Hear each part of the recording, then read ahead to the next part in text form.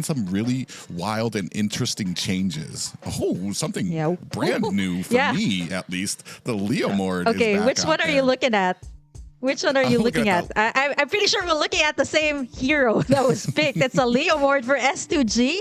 This is Jungler Leomord. Wow, this is like throwback to like 2 patches ago that the Leomord was just so good until it was nerfed and eventually it left that top spot. Yeah, I do like what you mentioned about the Ruby. It has been on the ban list. Like I think she is currently at least in the top 10 most banned heroes. So this is really scary for the side of S2G. What I'm worried about is how the mid lane will go though. Like how will that matchup be, since Valentina is more of like getting in those really important ultimates. So will it be like more of like team fight eccentric, or is it going to be like more of farming up before you go in for the team fights?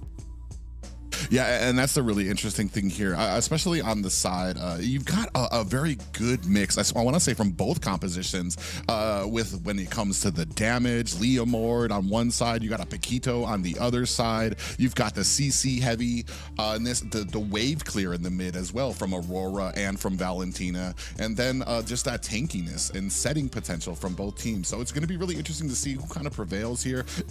If it's going to be the compositions, or more or less if it's going to come down to the macro and how well these teams can kind of rotate and find those ganks in the side lanes in the early game.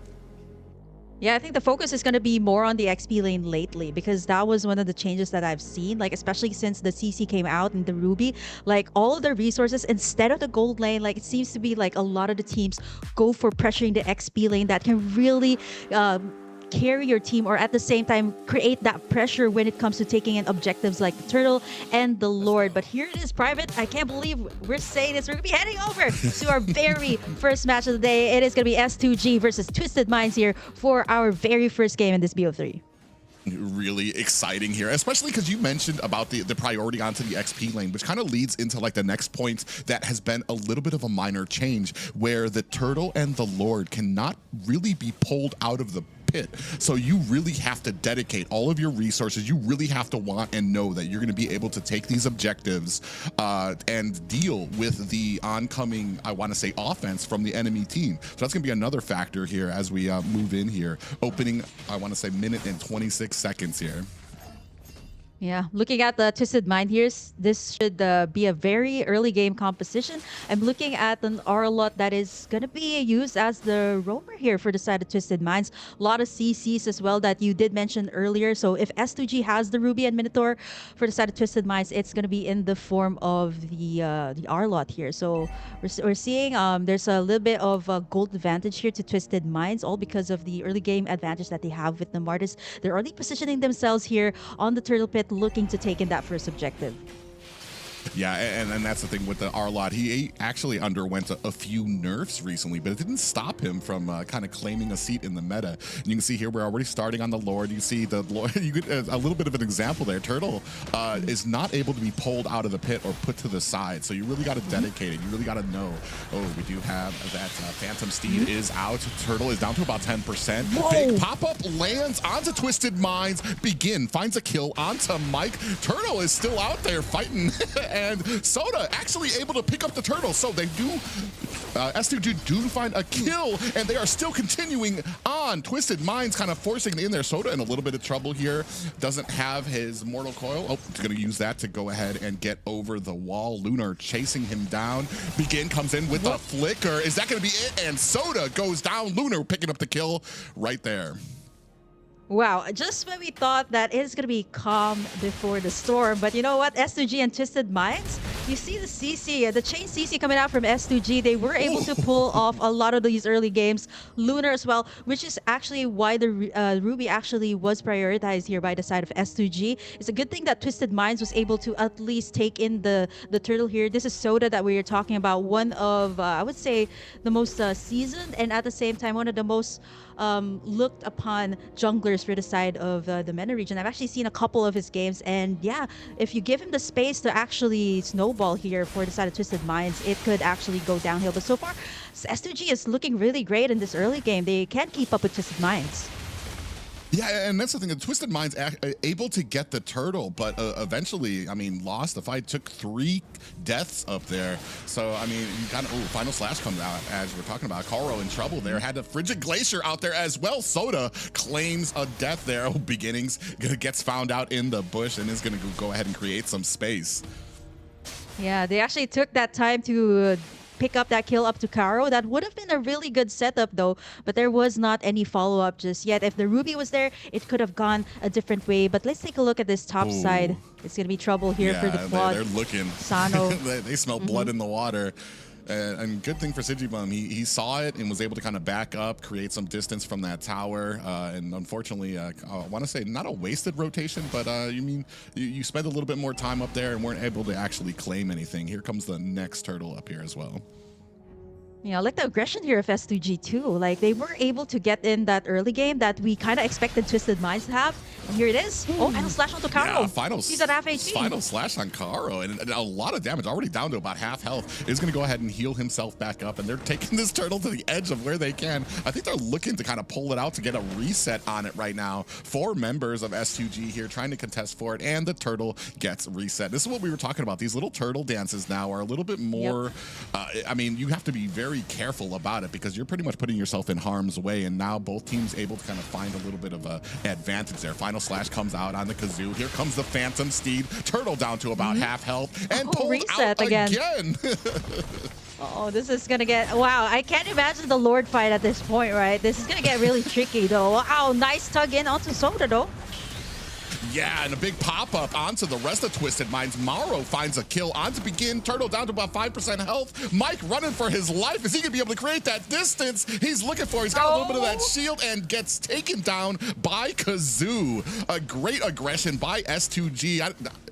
Able to get the turtle at the back as well and then push forward onto Twisted Minds.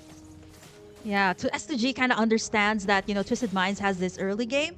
And if you compare the Leomord to Amartys, right? Like if you keep on giving Soda the space here to keep on farming, to keep on getting those resources, again, the early game could be a bit different here. But S2G kind of understands that. And if they see a clash, they will definitely commit. We're starting to see some pressure being made here on the bottom side. And Sano is just, we actually haven't checked Sano here. He hasn't picked up any kills yet, but he's been working on the top side and the bottom side here for the side of Twisted Minds. Yeah, and something new kind of coming into this meta too has been the tanky carry builds that we've been seeing. Over here you can see she has picked up that the belt as well. So especially with the amount of true damage that a carry is able to dish out now, I mean, tanky is almost the way to go. It gives you a lot of protection. It gives you, I want to say, a little bit of gank proofness, and you're still able to dish out a ton of true damage. Oh man, it's a low kill score here for both sides. I love how they're just trading in objectives here for Twisted Minds and S2G, right? They kind of understand that at this point, like Twisted Minds, if they aren't able to get that nice final slash onto at least 3 members, it is going to be a difference since there's a whole lot more CC here for S2G. They got a Minotaur, they got the Ruby, and at the same time, they also have the Valentina here that is picking up the ultimate here of the Aurora, which is a really big factor when it comes to the team fights here for Twisted Minds and S2G. Yeah, and that might be part of the frustration now for Twisted Minds when it comes to trying to get that final slash. Oh, as I talk about that flicker into a final slash, Begins able to get out of there, but it doesn't look like Kazoo. Oh, I speak again. He is able to get out of there, followed by the healing from Koro on that Minotaur, able to top him up and give him a little bit of an escape there. But this is going to be possibly a turtle for the side of Twisted Minds. Nope, speak again. S2G coming in here, the aggression. I'm not even sure who that turtle actually went to, but actually went to Twisted Minds. Engaged. Blazing Duet is out. Mauro finds a kill on Nakaro. Kazoo finds Mauro, and Sanu with his first kill of the game. Now 2 kills onto S2G, starting to build up that marksman from that carry. Yeah, we were just talking about Sano earlier. I kind of called it saying that, you know, we haven't checked this marksman yet. We haven't checked the carry yet. And this is the kind of thing, right? I was expecting that the carry will definitely have a harder time up against the club when it comes to the range in the early game. But S2G was so busy picking up these fights that Sano was left unchecked. And he was just free farming on the top side and moving over to the bottom side. Now we can finally see the items that were purchased here by our players. And taking a look, it is, of course, Sano leading the gold lead here. 6,372. 300 more than the Claude here of S2G. That is big. Yeah, and already has that endless battle, whereas Claude is picking up his second item as well. So, I mean, we're going to see, and that's kind of like when it came to that fight and the amount of CC, Sano kind of in the middle of it, able to withstand all of the damage that came out and still spitting out attacks with that speedy light wheel. So, I mean, and that's just kind of the value you get out of this tanky carry. You cannot leave it unchecked because then you have something that is so hard to kill and dishing out so much damage into the late game. You're going to have an answer for it. Yeah, the carry here, one more, that will be a killing spree for it. You know, the thing that Twisted Minds did is that when S2G is a little bit too busy when it comes to the clashes, right? You see the chain CC coming out from the Minotaur and the Ruby. What Mike Sama has been doing is creating a space here for Twisted Minds. You see his two turrets have already been taken in, and it just created so much space here for Twisted Minds. And S2G, they're also going to be answering it out here, trying to take in this top side tower before the first major objective of the game. It is going to be the Lord here. Enhanced Lord going to be happening in 12 minutes, but now I think Twisted Minds is actually not going to be wasting any time. They're going to be starting up this Lord. Yeah, they have the advantage that they want to kind of keep it here, but as you can see, S2G, as soon as the Lord spawns, I want to say great presence of mind. Oh, we do have a Phantom Steed out there. Maro does use that flicker. Final slash is out, and a big pop-up land. Soda finds a kill onto Karo, the roam of S2G, and that's going to go ahead and back up the rest of S2G as Twisted Minds looking to get a free Lord. But you can see S2G down a player, but still aggressive, trying to make sure that they have their presence felt here, making them wonder, especially like we were talking about, you cannot take this Lord too far onto the side. Down at the bottom, Mike finds a little bit of damage onto Kazoo. Maro in trouble up at the top, and looking, gets pulled in by that I'm offended from Lunar, down to 10% on this Lord. I don't even know. I'm pretty sure Twisted Mind's going to be able to scoop that up. Soda with the kill. Ooh, with a tiny bit of health there. Lunar is in trouble. 10% health. Here comes the Phantom Steed, and then that new passive from Coffin does not save him. Mike in trouble, gets taken out by Kazoo, and it does look like Sano going to be able to get away with that flicker and a dash out, but not probably going to be able to protect this tower. Oh. They are doing their very best. Actually, look at the damage coming out from Sano, forcing the rest of the members of S2G to actually back away. Nice tuck in, though. Lord is going to be taken in by Twisted Minds. That tower? Well, it is still there. Half HP. Bottom side, Lord is going to be marching down that side. It's not the enhanced Lord yet, but this is going to give the time for Twisted Minds to actually create a space. Top side, mid lane. They're trying to defend it, and there you have it. Sano on a killing spree. But so does CG Boom. He is also shredding a decent amount of damage here up against Twisted Minds. Yeah, I want to say both of these teams doing such a great job knowing the limits of their characters, knowing and being able to protect things when usual teams might have to back off and maybe give up a tower. They're still able to find, even when it comes to two. And we even saw when it came to that Lord clash, there was basically a 2v5, but still able to find an advantage. S2G comes in, doesn't get the Lord, but is able to find some kills as well. But Sano, man, is a monster, getting all over the map right now and able to take down these towers. Yeah, at this point, I wouldn't be surprised if like almost 100% tower damage comes from Sano here. He's already worked on the top side, bottom side. I mean, the entire map. He's already taken in a lot, and this is really good, right? He hasn't been shut down just yet by S2G, and that's something that they need to do right now before this enhanced Lord that will be spawning in the Land of Dawn real soon. Let's take a look at the items here. Oh, wow. Look at the Claude, too, of Sijimum. He has taken in the Demon Hunter Sword and the Golden Staff, so these are the key items coming out from the Claude. So this should also be a problem for Twisted Mind. I love how they're being aggressive here for S2G, right? Even though that they weren't able to take that Lord, they were willing to take those fights. Yeah, and it is really amazing. And Sano sitting at about 10k. Basically, I want to say full build when it comes to the damage that they need. Just basically a golden staff and an endless battle needed to really... Oh, Maro with the concealed play finds a final slash on the two members of S2G. They're going to go ahead and flicker their way to safety. This is the thing about Maro, right? Like, once you get that final slash and then you combine it with Aurora's ultimate, you've seen it in the Lord class earlier, and it was actually what won Twisted Minds that objective But right now, it's just going to be a dance between these two teams, clearing out the waves, making sure that they have the right space when it comes to this Lord take. But looking at the map here, again, the map control is going to go to Twisted Minds. They definitely have the better position here for the Lord, but we have massive CC here from S2G. If they can get that nice Minoan's Rage, and then you combine it with the I'm Offended of the Ruby, this will be a good type of play or an epic comeback that can come around from the side of S2G.